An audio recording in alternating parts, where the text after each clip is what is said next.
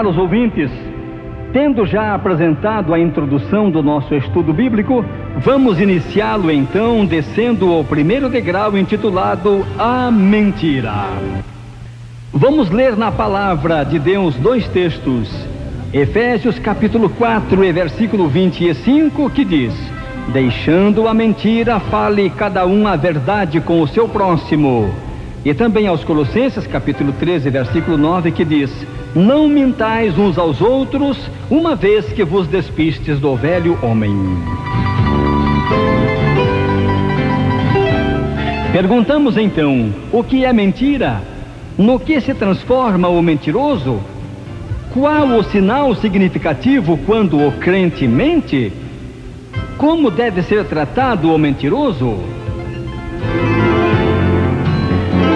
Respondendo, dizemos que a mentira é tudo o que é contrário à verdade. Quem mente torna-se um inimigo de Deus, da família e da sociedade. Quando o crente passa a mentir, é sinal de que sua vida está se degenerando. O mentiroso não é digno de crédito, nem de ser companheiro de quem quer primar pela verdade. Assim sendo, vamos ler o que está escrito em 1 Coríntios capítulo 15, versículo 33, que diz: as más conversações corrompem os bons costumes. Prezados ouvintes, conhecem alguém mentiroso? Livrem-se dele.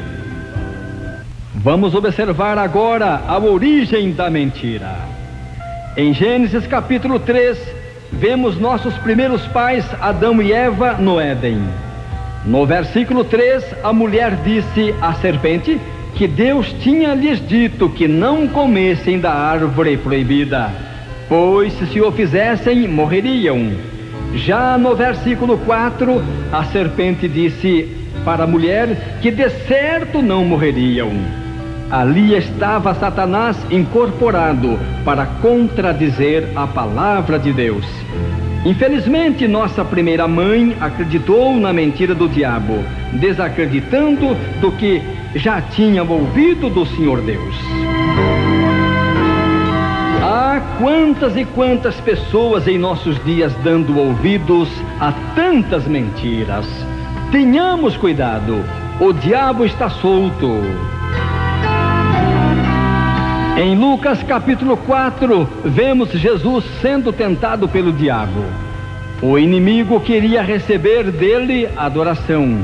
Nos versículos 5 e 6, o diabo disse que daria a Jesus a glória dos reinos do mundo, se adorado fosse. O diabo disse então: tudo isto te darei. Mentira! Satanás não é dono de nada. Vejamos o que está escrito no Salmo 24 e versículo 1, que diz: ao Senhor pertence a terra e tudo o que nela se contém, o mundo e os que nele habitam. Glória a Jesus. A mentira é filha primogênita do diabo. Em João capítulo 8, versículo 44, diz o seguinte: quando ele profere a mentira, fala do que lhe é próprio, porque é mentiroso e pai da mentira. Cuidado! Quem casa com a mentira tem um péssimo sogro. Vejamos agora a mentira em nome de Deus. No primeiro livro dos Reis, capítulo 13, vemos o episódio do profeta velho.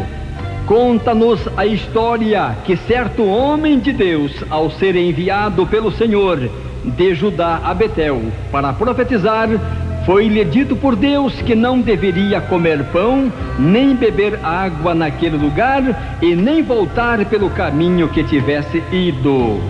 Mas morava em Betel certo profeta velho. Este, quando soube do homem de Deus, foi alcançá-lo e lhe disse para voltar e comer pão. O homem de Deus respondeu que não, porque assim fora orientado por Deus. Ouvindo isto, o profeta velho disse-lhe que era também profeta e que um anjo tinha-lhe falado da parte do Senhor a que ele voltasse. Mas o versículo 18 diz assim: porém mentiu-lhe. Que Deus nos guarde do profeta velho e que Deus abençoe o velho profeta. Prosseguindo, vejamos hoje na questão de profecia, tantos profetas dizendo ser o que na realidade não é. Em Jeremias capítulo 14, versículo 14 diz: os profetas profetizam mentiras em meu nome, nunca os enviei, nem lhes dei ordem, nem lhes falei. Visão falsa, adivinhação, vaidade e o engano do seu íntimo é o que eles vos profetizam. Ah, quantos empregos perdidos, quantos casamentos fracassados, quantos negócios mal feitos, quantas mudanças erradas. Que Deus nos proteja dos tais falsos profetas. Mas o que dizer das curas, das libertações, dos sonhos e visões, dos arrebatamentos? Até onde ou desde quando está tudo isso sendo verdadeiro? Mas, infelizmente, estão a usar o nome de Deus, com as devidas exceções, que aliás são poucas. Tudo não passa de um emocionalismo barato. Até mesmo nos púlpitos, em nossas igrejas, estão a dizer ao povo que Deus vai fazer, ou então que vai acontecer isso ou aquilo, quando na realidade não acontece nada do que se disse. São pregadores e cantores querendo emocionar o povão. Passa-se o tempo, o culto fica cansativo e o pior é que usam o nome de Deus.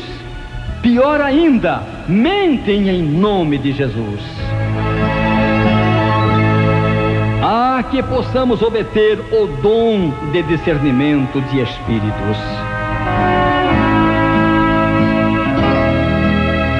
Prosseguindo nossas observações, vejamos a mentira como um vício social. Em todos os âmbitos da sociedade está lamentavelmente a permear o vírus da mentira. Nos escalões do governo ocorre desenfreadamente a falsidade. Nossas autoridades já não gozam da devida boa reputação. Falta-lhes a boa e ética prática da verdade. No comércio, o engano está nas balanças, nas mercadorias e nos relatórios. Tudo aparentemente certo e saudável, mas trazendo prejuízo ao consumidor. No trabalho, o patrão mente para o empregado e o empregado mente para o patrão. Ninguém confia em ninguém. Na esfera familiar, o marido mente para a esposa e a esposa mente para o marido. Os pais mentem para os filhos e os filhos mentem para os pais. Tudo começa já no namoro e noivado. Imaginem se o rapaz, ao namorar e muito especialmente ao noivar, pedisse um atestado de fidelidade da moça e a moça também pedisse um atestado igual ao rapaz. Por certo, assim ninguém se casaria enganado. Ah, quantos casamentos já foram desfeitos, quantas famílias arruinadas, tudo porque faltou a devida sinceridade. Que Deus nos guarde com as nossas famílias, em nome de Jesus. Estamos vivendo o século 21 e o noivado, e o movimento Nova Era está aí com as suas mazelas, inclusive o espírito do engano, da falsidade e da mentira. Nossa sociedade moderna já acostumou mentir, mas observando o sábio Salomão em Provérbios capítulo 26, versículo 18 e 19, ele disse: como o louco que lança fogo e flechas e morte. Assim é o homem que engana o seu próximo e diz: fiz isso por brincadeira. Que Deus nos guarde deste pecado doméstico, que possamos vencê-lo em nome de Jesus. Dando sequência em nossa meditação, chamamos a atenção de todos os cristãos para a mentira contra o Espírito Santo. Perguntamos, portanto, como um crente mente ao Espírito de Deus? Respondendo, nós queremos lembrar a triste história do casal Ananias e Safira, registrada no livro de Atos dos Apóstolos, capítulo 5. Aquele casal tinha vendido uma propriedade com a intenção de levar também o dinheiro aos apóstolos, como tinha feito já o irmão Barnabé. Mas, infelizmente, combinara o casal de levarem só parte da venda. Mas como conseguiriam fazer assim? Só mentindo. Então se foram até o apóstolo Pedro. Primeiramente chegou ele, Ananias. Imediatamente Pedro, pelo dom do Espírito Santo, conheceu no espírito de Ananias uma falsidade. Dito e feito, ao ser interrogado por Pedro, se ele tinha vendido apenas, portanto, sua propriedade, Ananias infelizmente confirmou. Então, no versículo 3, Pedro disse a ele: porque encheu Satanás teu coração para que mentisses ao Espírito Santo, reservando parte do valor do campo? Poucas horas depois chegou sua esposa Safira. O apóstolo a indagou também sobre o valor da venda da propriedade, ao que infelizmente ela confirmou o que já seu marido havia dito. No versículo 9, Pedro disse a ela: por que entraste em acordo para tentar o Espírito do Senhor? Que tragédia! O resultado final foi a morte do casal. Tudo porque mentiram ao Espírito Santo, que é onisciente e que tudo sabe, que tudo conhece. Prezado irmão, sejas prático em tua vida. Ao confessares tuas culpas, faça-a por inteiro, seja sincero. Vejamos agora qual será o fim do mentiroso. No livro do Apocalipse está claro que o destino daquele que ama e comete a mentira. No capítulo 21, versículo 8 diz: quanto porém a todos os mentirosos, a parte que lhes cabe será no lago que arde com fogo e enxofre, a saber, a segunda morte. E no capítulo 22, versículo 15, diz que fora do céu ficarão todo aquele que ama e pratica a mentira. Cuidado! Como está você se comportando, meu irmão em Cristo? Como você está se comportando como crente?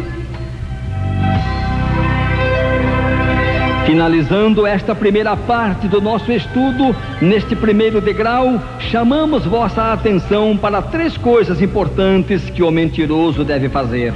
Primeira, deve orar como o salmista, no Salmo 120 e versículo 2, que assim orou: Senhor, livra-me dos lábios mentirosos e da língua enganadora.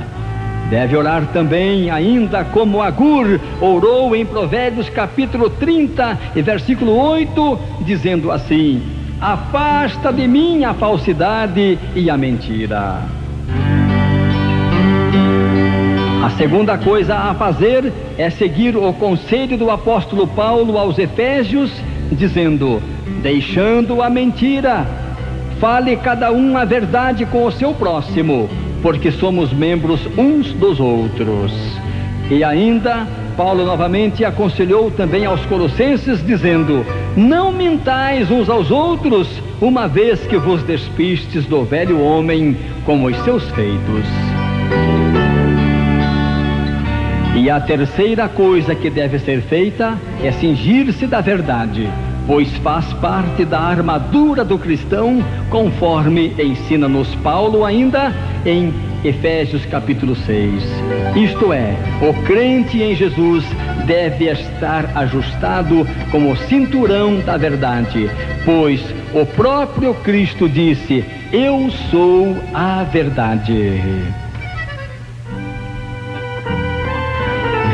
Queridos irmãos e amigos ouvintes, que possamos ser reconhecidos e respeitados por aquilo que somos, muito especialmente por falarmos de acordo com a verdade. Que Deus nos livre do vício atroz.